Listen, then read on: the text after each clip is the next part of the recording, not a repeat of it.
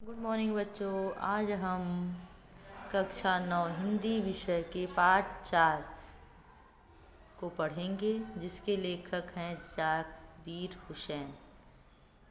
पाठ का नाम है सांवले सपनों की याद।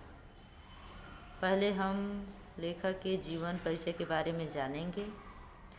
जाकिर हुसैन का जन्म सन 1945 में गांव नौरही, राजगीर, जिला नालंदा, बिहार में हुआ। वे अंग्रेजी भाषा एवं साहित्य के प्राध्यापक रहे। सक्रिय राजनीति में भाग लेते हुए 1977 में मुंगेर से बिहार विधानसभा के सदस्य निर्वाचित हुए और मंत्री बने।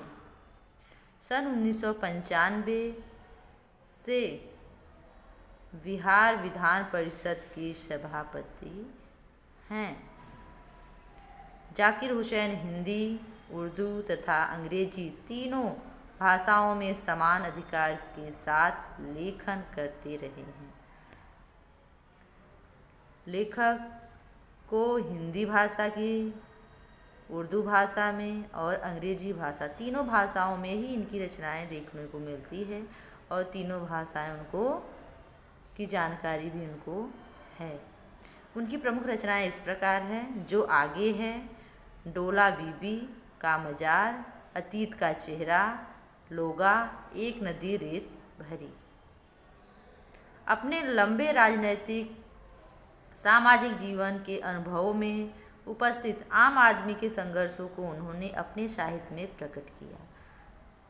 लेखक जो उनको राजनीति में अनुभव होता था और एक आम इंसान के जीवन में कितने संघर्ष आते हैं, उस पे उन्होंने विचार कर साहित्य लिखा। संघर्षरत आम आदमी और विशिष्ट व्यक्तियों पर लिखी गई उनकी डायरियाँ चर्चित, प्रशंसित हुई हैं। जाकिर हुसैन ने डायरी विधा में एक अभिनव प्रयोग किया है, जो अपनी प्रस्तुति शैली और शिल्प में नवीन है। सांवले सपनों की याद। प्रस्तुत पाठ जून 1987 में प्रसिद्ध पक्षी विज्ञानी सालिम अली की मृत्यु के तुरंत बाद डायरी शैली में लिखा गया संस्मरण है।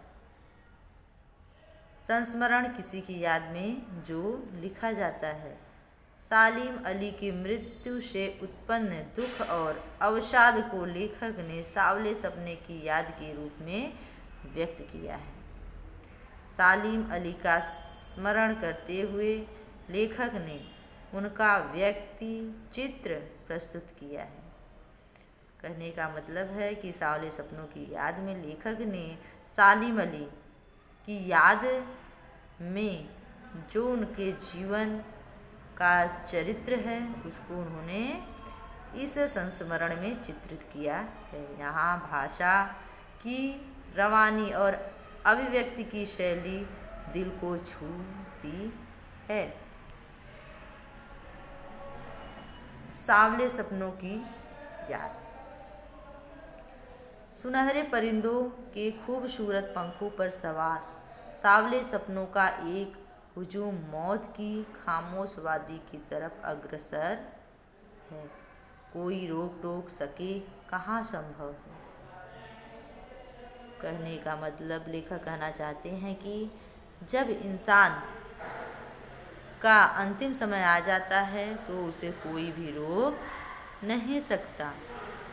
इस हुजूम में आगे आगे चल रहे हैं सालिम अली। अब सालिम अली के मरने का समय आ गया है और वह सबसे प्रथम है।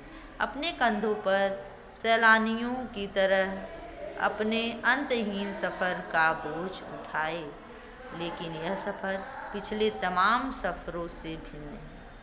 लेखक कहने का मतलब है जो जिंदगी का सफ़र है वो और जो मौत का सफ़र है, मौत का सफ़र सबसे भिन्न है, क्योंकि वह सबसे आखिरी सफ़र होता है।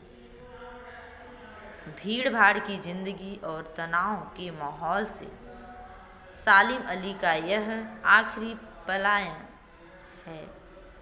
जो यह समाज की भीड़ भाड़ भरी जिंदगी है, उससे सालिम अली का यह आखिरी पलायन है, आखिरी रास्ता है।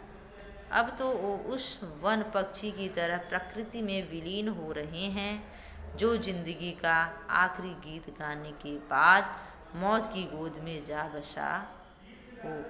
लेखक कह रहे हैं कि जो सालिम अली खान है, अब वह प्रकृति में विलीन होना चाहते हैं। अब उनका अंतिम समय है जो जिंदगी का आखिरी गीत गाने के बाद मौत की गोद में जा बसा हो। कोई अपने जिस्म की हरारत और दिल की धड़कन देकर भी उसे लौटाना चाहे तो वह पक्षी अपने सपनों के गीत दोबारा कैसे गा सकेगा।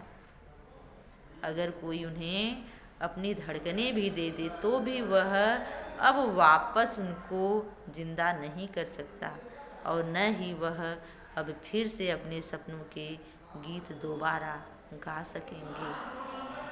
आगे का वीडियो हम लोग आगे पढ़ेंगे।